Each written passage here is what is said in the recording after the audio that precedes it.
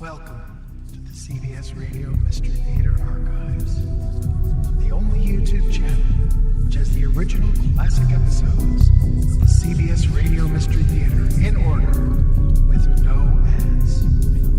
Thank you for listening, and now, enjoy the show.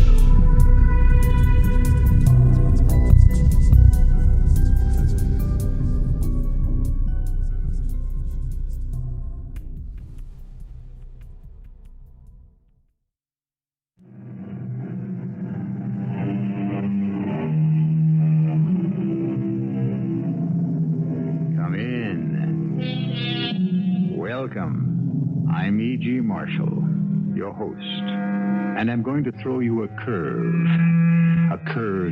in time. Have you ever heard of the arrow of time? That's a concept which says that time can only move forward, like an arrow. Another theory claims that the arrow of time has two heads and can move either forward or backward. A third theory says that time is eternal. In other words, the past, the present, and the future have always and will always exist together. That appeals to me. It gives me a feeling of security.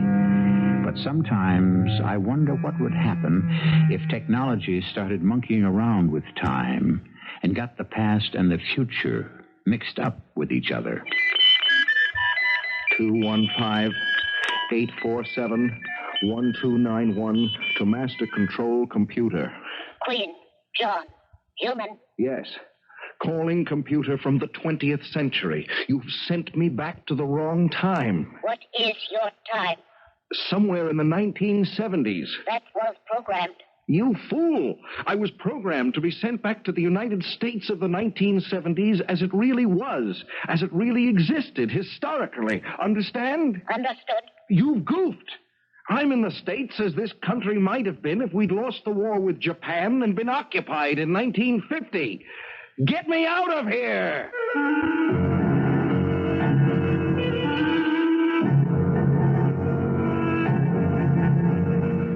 Our mystery drama, Future I, was written especially for the Mystery Theater by Alfred Bester and stars Tony Roberts. It is sponsored in part by Buick Motor Division and Anheuser-Busch Incorporated, brewers of Budweiser. I'll be back shortly with Act One.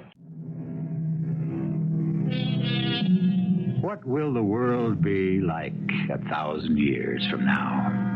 Well, I can tell you many things, but just now I'm most interested in the Master Control Computer. Don't let the name make you think that it's a mechanical dictator. Actually, it's the servant of all.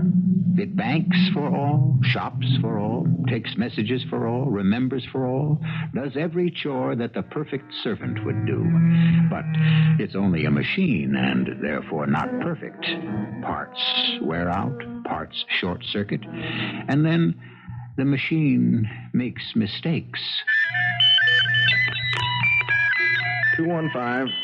215-847-1291. Identity? Why do you always ask for my identity? You're a fairly bright computer. You ought to know who you're calling. These are the parameters of my programming. Identity? Identify me as Quinn. Quinn, John, 215-847-1291. Human. I hope so. Caucasian? Hey, that's a curve from Master Control. I wonder what you're up to. Yes, Caucasian.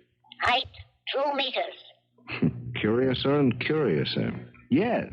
Weight, 85 kilograms. Give or take a few grams. You are of average appearance. I suppose so. For the 20th century? The 20th century? 1,000 years ago? 1,000 years ago. Well, I'm a little big for then. About the size of a defensive tackle. But I could pass. You are an antiquarian by hobby. Well, yes, I like to know all about the old times and how they operated. You are Chief Intelligence Officer for your sector by profession. You know that. A mistake has been made. Oh? By the Mark 747 Digital Binary Master Control Computer. Meaning yourself? Yes, Well, then why call me? because the mistake must now be rectified. By who? As if I didn't know. By you, as Chief Intelligence Officer. What must be rectified? The data bank for the year 2976 was transferred by dysfunction to the Time Control Unit, and by further dysfunction sent back in time to the year 1976. Back to 1976? Talk about mistakes. The dysfunction has been rectified. What a mess. If anybody back there gets hold of the data bank for 2976 and reads it and acts on it, good Lord, our entire history may be changed. We may stop existing. We may change into the parallel possibles, ghosts of what might have been. That must be prevented. Survival and self-defense has been programmed into the Mark Digital Binary Master. All right. Is the time control unit functioning? Functioning. Let me get into 1976 clothes. Take about an hour. Then you'll shoot me back. Keep my Angstrom band open as a hotline. I'll patch into any of the communications networks, telephone, telegraph, radio, back then, and keep in touch.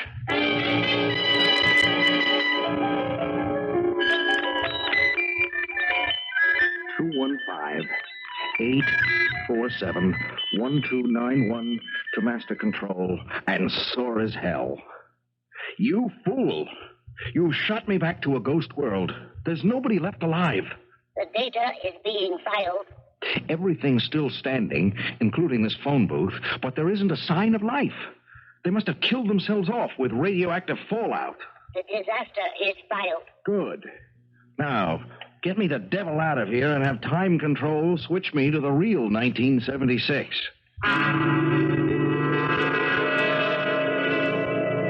Excuse me, ma'am. Hey, man. You like talk, Yank? Excuse me, I can't understand you, lady. Would you please turn your radio down? Oh, sure. Hear me now? Thanks, yes. You like talk, Yank? Well, I can talk most of the dead languages. Oh, you smart educate. Who smart you up? Oh, why, me, mostly. I wanted to ask you... Go on, you, man. Who your boss? Who's my boss? Who own you, Yank? Own me? No one. Listen, I'd like to... You funny, Yank. Very funny. Who you? Who, me? Oh. Identify me as Quinn. John Quinn. Got two name? Oh, no. You do not fool Sono. No, Yank. Got two name? What name you boss? Who you? Well, your name is Sono? Right, Yank. Sono Haku. Captain Sono Haku. You stand straight before Captain. Of course. Straight. Attention. Captain, what happened to the moon? What happened? Nothing. Oh, nothing. It's all black. It looks like an ink blot. Oh, that happened in war back in 49. Hitler helped us set up rocket base on moon. You Yank try to A-bomb base before we J-bomb you. Too late.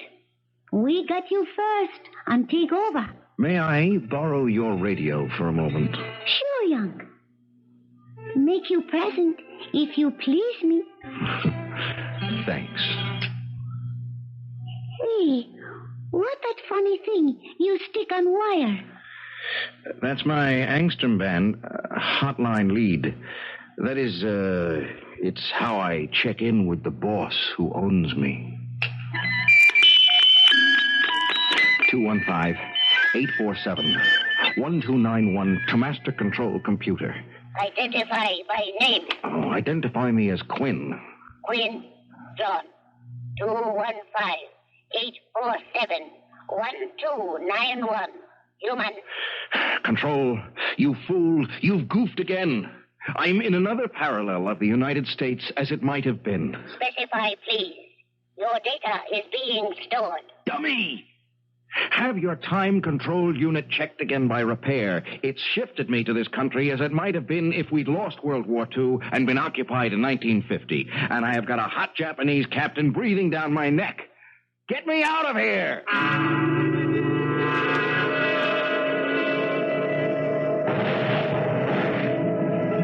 I'm in the projection booth of a movie drive-in, and I've patched into their sound system. Hurry up. Checking. They're showing something I think is called a Western. It's all about characters who gallop around on horses shooting people. It's absolutely maddening. Coordinates filed. Criticism filed. The Antiquarian Bank suggests your interpretation of the film is faulty. And good luck to them. This will be my headquarters. Make all data transmission to me here. First, I need a map of precise location where Time Control deposited the almanac for 2,976. Transmitting. And don't waste time. The moment anybody here in 1976 gets hold of the data and acts on it, we'll all turn into might-have-been ghosts. Transmission received. Stand by. Yes, I see. Not exactly pinpointed, but I'll know where to zero in. Now, transmit description of data bank I must find. Transmitting. Transmission received. Hold on. I can't visualize this. It's a macro circuit, yes? Yes. Well, why is it so big? It incorporates all known data and history up to the year 2976. The material cannot be miniaturized. But a data bank with 6 sides. A box measuring 5 centimeters by 4 by 1.5. That's enormous. 4,000 years of history cannot be miniaturized. Well, give me the physical description of the data bank outside of dimensions. Don't transmit, just tell. 4 sides white, 2 sides brown. Logo symbol on one white surface for random access to world history data to respond to any request for information. Describe the logo. It is a binary code of 1s and 0s forming a geometric shape commonly called a diamond. Commonly called a... Oh, good Lord. I've come back 1,000 years in time to find this? Your dismay is filed, but not understood. Talk to your antiquarian banks. They'll explain what I'm forced to find and why it's a hopeless mission. I'm looking for the equivalent of a 1976 matchbox.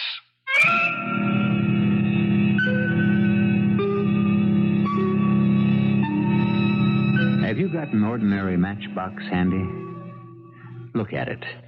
How would you go about finding a data bank from the year 2976 that looks exactly like a matchbox in the year 1976? Ask questions? Search pockets? Impossible. This is the problem that faces Quinn John, 215-847-1291 human. I'll be back shortly with Act 2. An intelligence expert from 1,000 years in the future. A private eye who is really a future eye. Faced with the problem of locating a data memory bank for the year 2976. A data bank that looks almost exactly like an ordinary matchbox. How is he to go about it? 215-847-1291 to Master Control. Identify. You know who I am and where I am and when I am. The parameters of my programming must be followed. I am in the projection booth of a movie drive-in, year 1976. Identify me as Quinn. Quinn. John. 215-847-1291.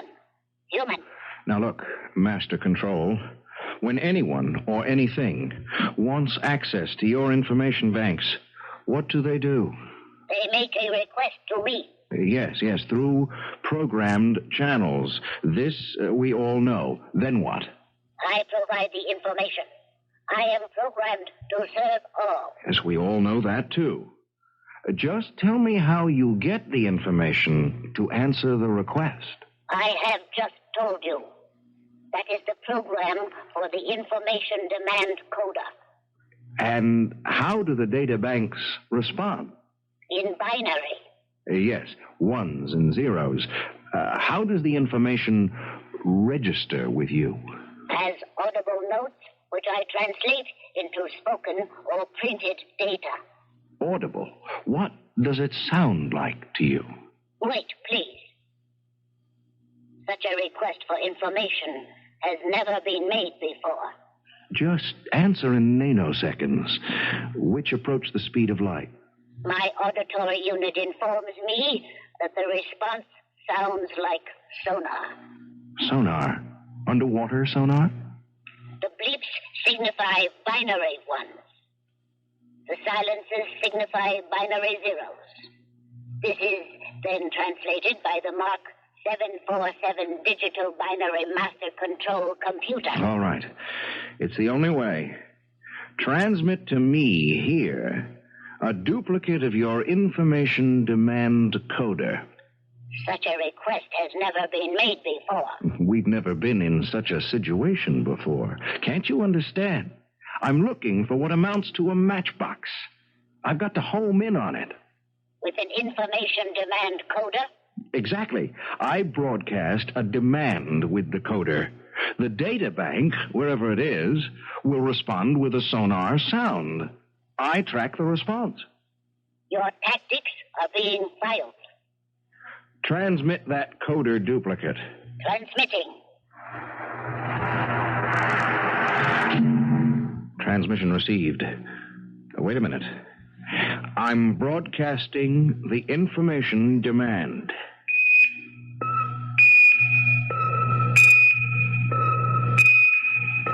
MQ.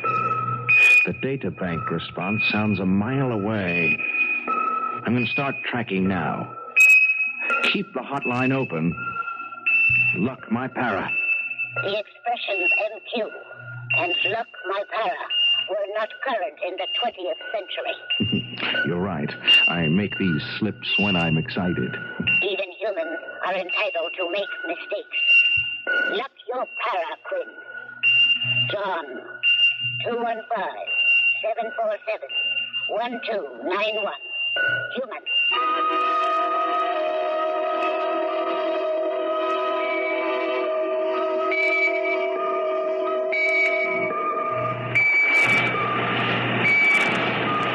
Hi there.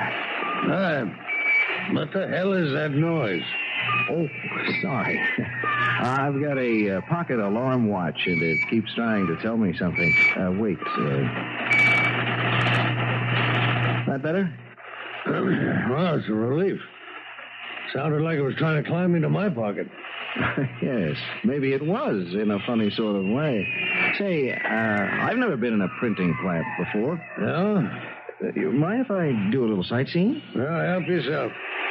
You some kind of reporter? Well, I have been doing some reporting. Where is everybody? Huh? What everybody? Well, I had the idea that a printing plant would be full of printers. You never heard of automation? We print by pure 100% automation. I'm impressed. You heard of computers? Sort of. Well, they do everything. Oh, do they now? Yeah. Some bright girls put stuff they type into one end of a computer, and out of this end comes books. All printed by automation. And no printers? Just me, the foreman. What do you do? I mind the press. Can anything go wrong with it? Well, only the usual. What could happen to anything that runs like a TV set? Blow a tube, burn out a fuse, that sort of thing? Sounds simple? Yeah. There's only one thing complicated. I can't let any portable radios in here. I see. Electronic interference. Static. Yeah, crazy. Like last year, a kid comes in with a battery set. He's a messenger. It's playing a rock tune. Yes? Oh, we're printing out a psalm book. And?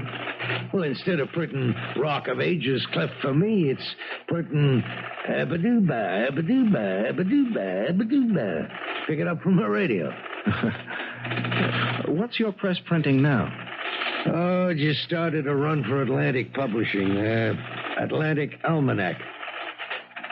Almanac? Yeah, you know, latest facts and figures. Hey, what's the matter? You look pale as a ghost.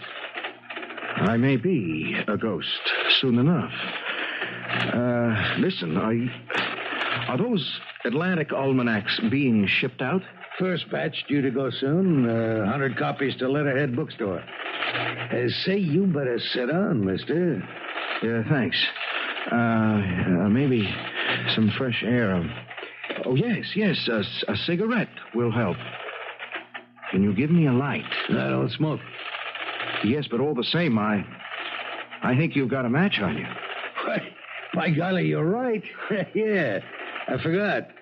Found a box in the lunchroom laying on the floor. Picked it up because it was so funny. Here, look.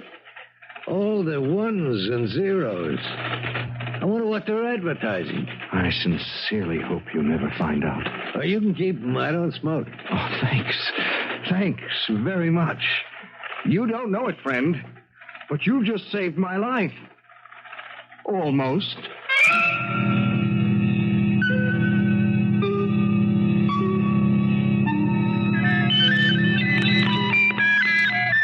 Quinn to master computer. Identify. No time for procedure. We're under the gun. The databank found and reclaimed. Filing. But we've run into bad luck. Before it was reclaimed, it took control of a computerized press. 100 copies of a printed almanac now containing all data up to and including the year 2976 are at large. Location. They have been shipped to the Letterhead Bookstore. Filing. I'll have to go after them and transmit them up to you. Warning. We of the future are forbidden to take or give anything which might divert the existing time stream of 1,976 that might destroy us. Yes, understood. I won't take the books. I'll buy them. As an antiquarian, I have 1976 currency in my pocket. Relics from a museum. Most foresighted.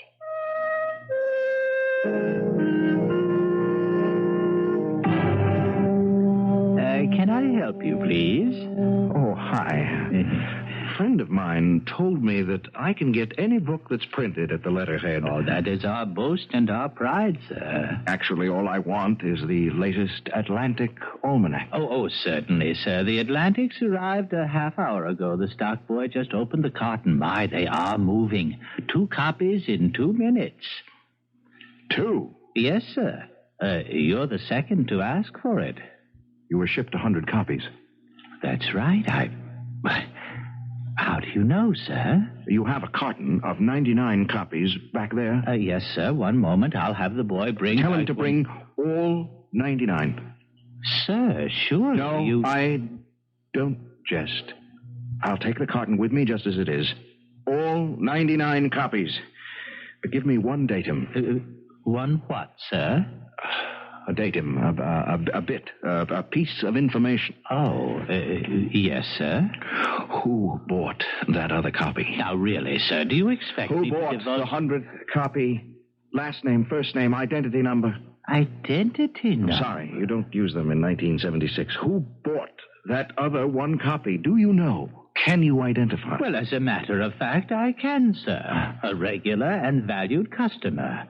Mr. Oliver Wilson Knight.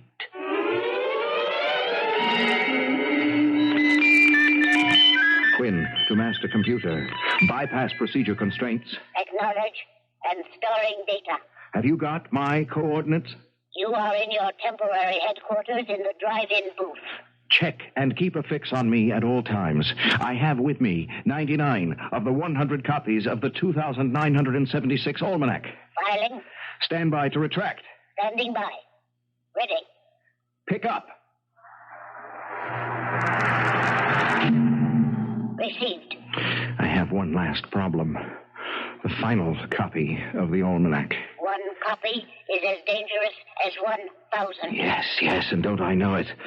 The last copy is in the possession of an Oliver Wilson Knight. Transmit all available historical data and information about the subject. If available. Information being demanded by coder. Were you programmed for prayer? All known forms of prayer are filed. Then pray. He may be reading that book this minute, and we'll all be gone. This is desperate. Information available. Transmit. Received. Let me go through this material. It's quite a dossier.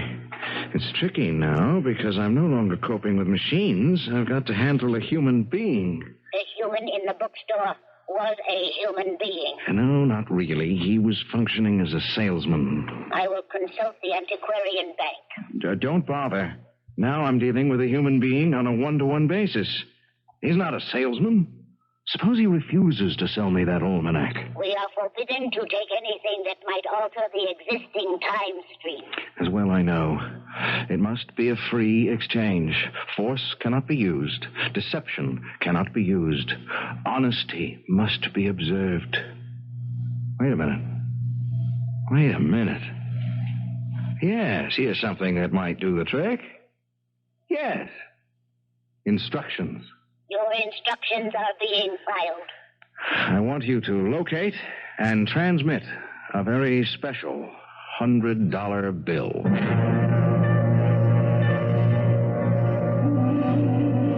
One man in the city owned an almanac for the year 2976. An almanac from the future. It cannot be taken from him. It cannot be stolen from him. But he must never look into that book, or an entire future will turn into a might-have-been ghost. How can a very special $100 bill solve an impossible situation? Act 3 will tell us in a few moments.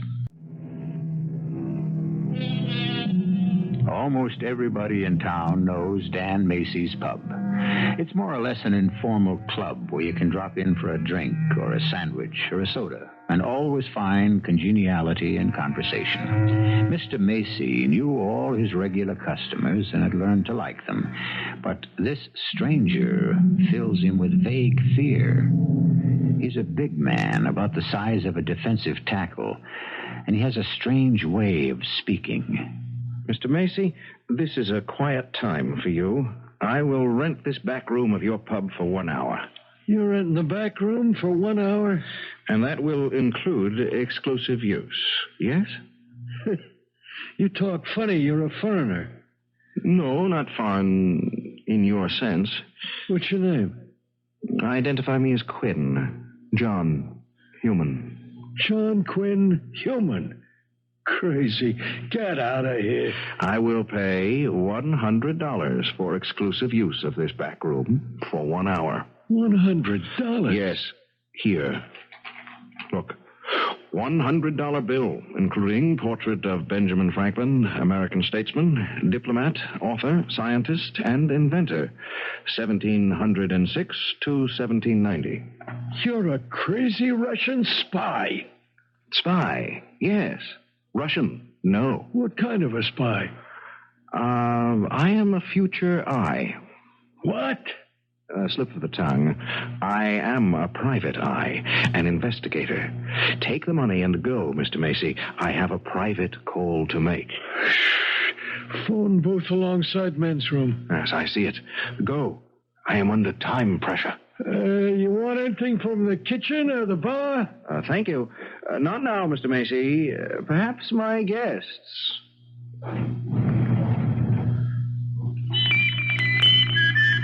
Quinn, John, 215-847. 1291. The master computer. I have lost the trace on you. You move too rapidly. Coordinates. West 73-58-15. North 40-45-20. Filing. Well, what's happened to your nanoseconds? Probability 99.9807. MQ. Stand by. He's coming in. Probability fulfilled. Oliver Wilson Knight in contact. Out. Sorry, Mr. Knight. You and the young lady can't sit back here this afternoon. I'm sorry. The premises have been rented. Rented? Oh, what a shame. Yes, it's quite all right, Mr. Macy. It's all correct and in order. I'm happy to entertain Mr. Knight and friend as my guests. Do sit down. We hate to intrude, but this is the only place in town where you can get real old-fashioned ginger beer. Already aware of the fact, Miss Clinton. Mr. Macy, bring ginger beer, please, and leave us alone. No other guests. These are all I'm expecting. Hey, wait a minute. What do you mean, guest? You know me, Mr. Quinn.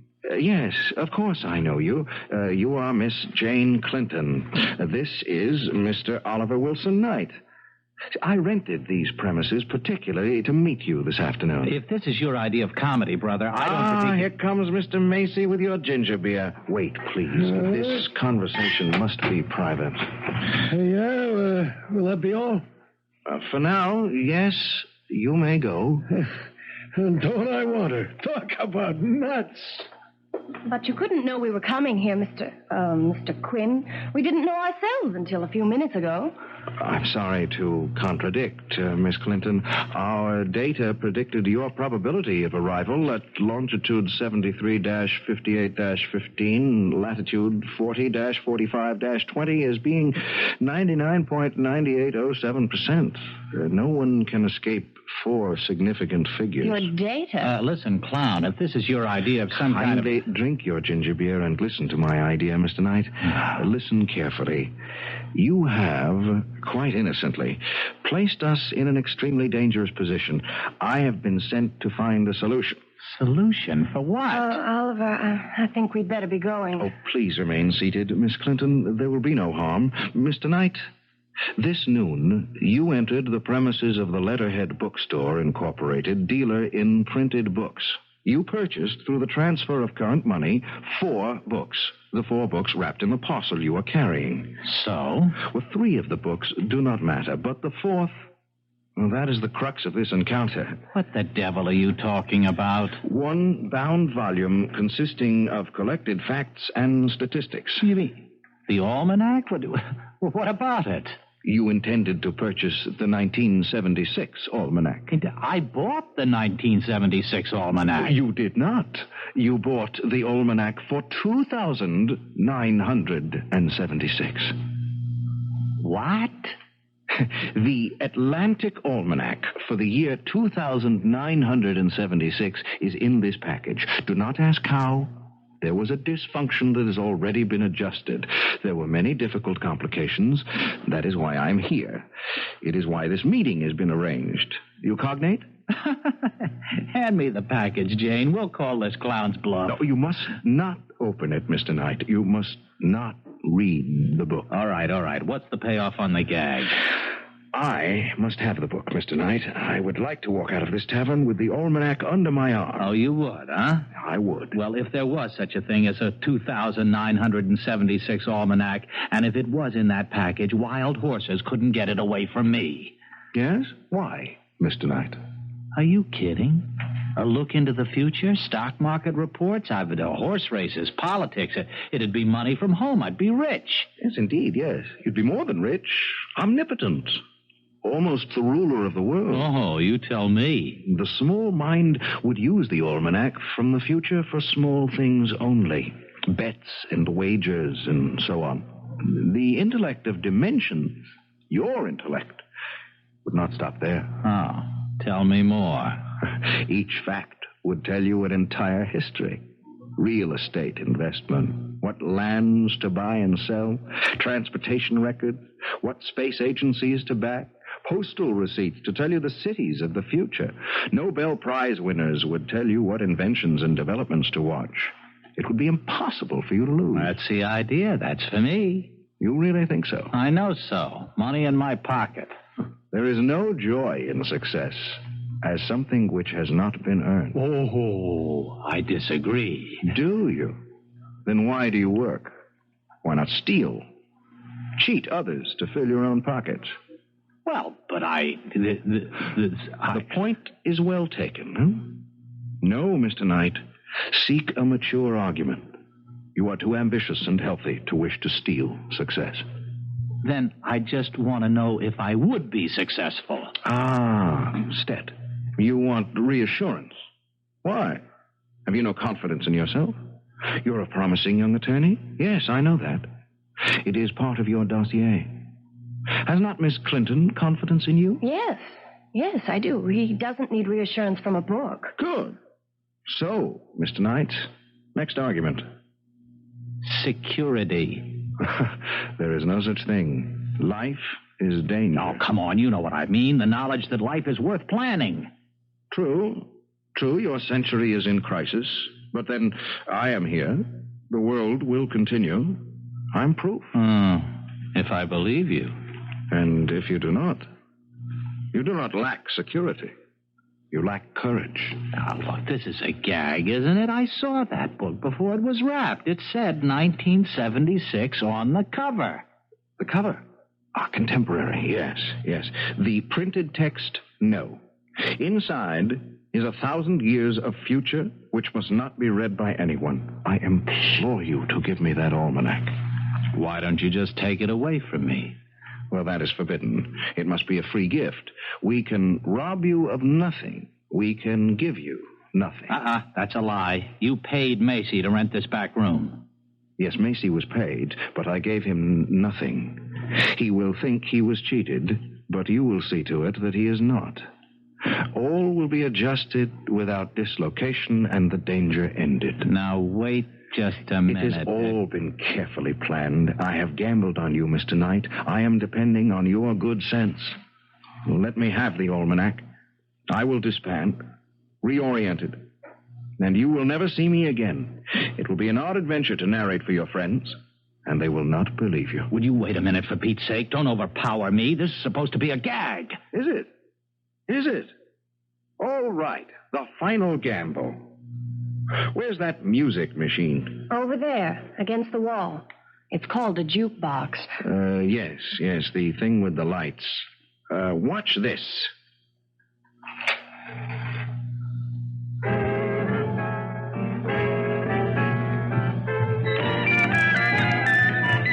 (215-847-1291) to master computer. Follow procedure. Identify. Identify me as Quinn. Quinn? John. 215-847-1291. Human. Mission approaching climax. Filing. Is this a gag, Mr. Knight? Good Lord, this can't be happening. Jane, he's got me believing. Yes. What should we do? If everything he says is true, look, we can refuse and live happily ever after. No. No? There may be money and success in that book, but there's divorce and death, too. Oh, Oliver, give him the almanac. All right, take it. My gratitude. You have eased a precarious situation. It is only fair that you should receive something in return. I had thought to bribe you with it, but now it is a gift. A token of the future. My service to you both. You have given me back my life. Hey, that gift, that token of the future. Mr. Macy has it. Talk about characters. Oh, he really had me scared. What an act. I wonder how he pulled that trick with the jukebox. He's probably a TV repairman. But, honey, it doesn't make sense, all that nonsense about paying Macy but not giving him anything. Hey, where is he? Where's the thief? Mr. Macy, what's the matter? He's gone. And you, Mr. Knight. You to be a party to thievery and racketeers, you ought to be disbarred. Shame on you. Guido, what is all this? What's wrong? He paid me $100 to rent this back room. $100. I took the bill over to Bernie, the pawnbroker, being cautious like, and he found out it's a forgery. Counterfeit. Phony. Not worth nothing. Oh, no. Counterfeit? How could you do a thing like this to me, Mr. Knight? Do what? Look at it. Well, then, wait. Well, it looks like a perfectly genuine $100 bill to me, Mr. Macy. What gave you the idea that it's a counterfeit? Oh, good Lord. What is it? Where's my checkbook? Here. Jane, let me have your pen. What are you doing? Making sure that Macy isn't cheated. Look, Mr. Macy, you'll get your $100. Oliver, are you insane? Throwing away $100 because a clown played a practical joke? And I won't be losing anything either. All will be adjusted without dislocation. Oh, they're diabolical. Diabolical. What are you talking about, Oliver? Look at the bill. Look closely. Oh, I'm looking. Uh-huh. You see anything odd? Well, I don't know. I've never seen a $100 bill before, Oliver. Look at the lower right-hand corner, Jane. Read what you see. Series 1990D. Signed Oliver Wilson Knight, Secretary of the Treasury.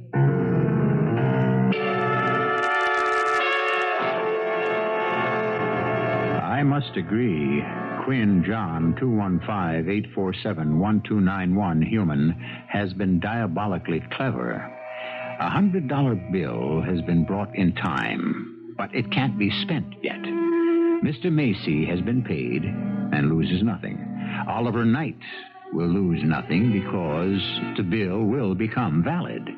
All has been adjusted without dislocating the time stream. But was it wise to give Oliver Knight that token of his future? I'll be back shortly.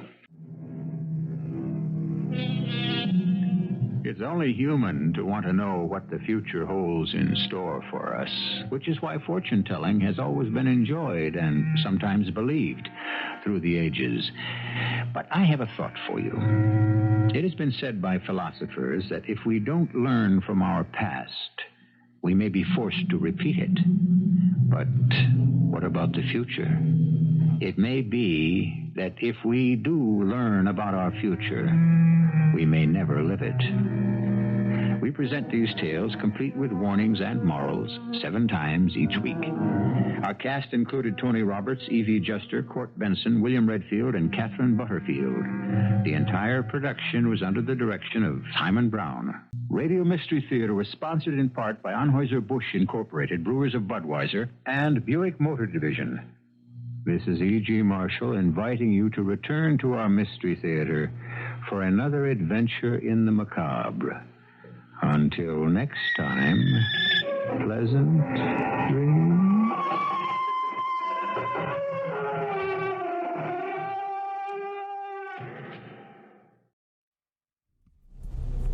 I hope you enjoyed this episode of CBS Radio Mystery Theater. If you've enjoyed this and want to hear more, please subscribe to this channel.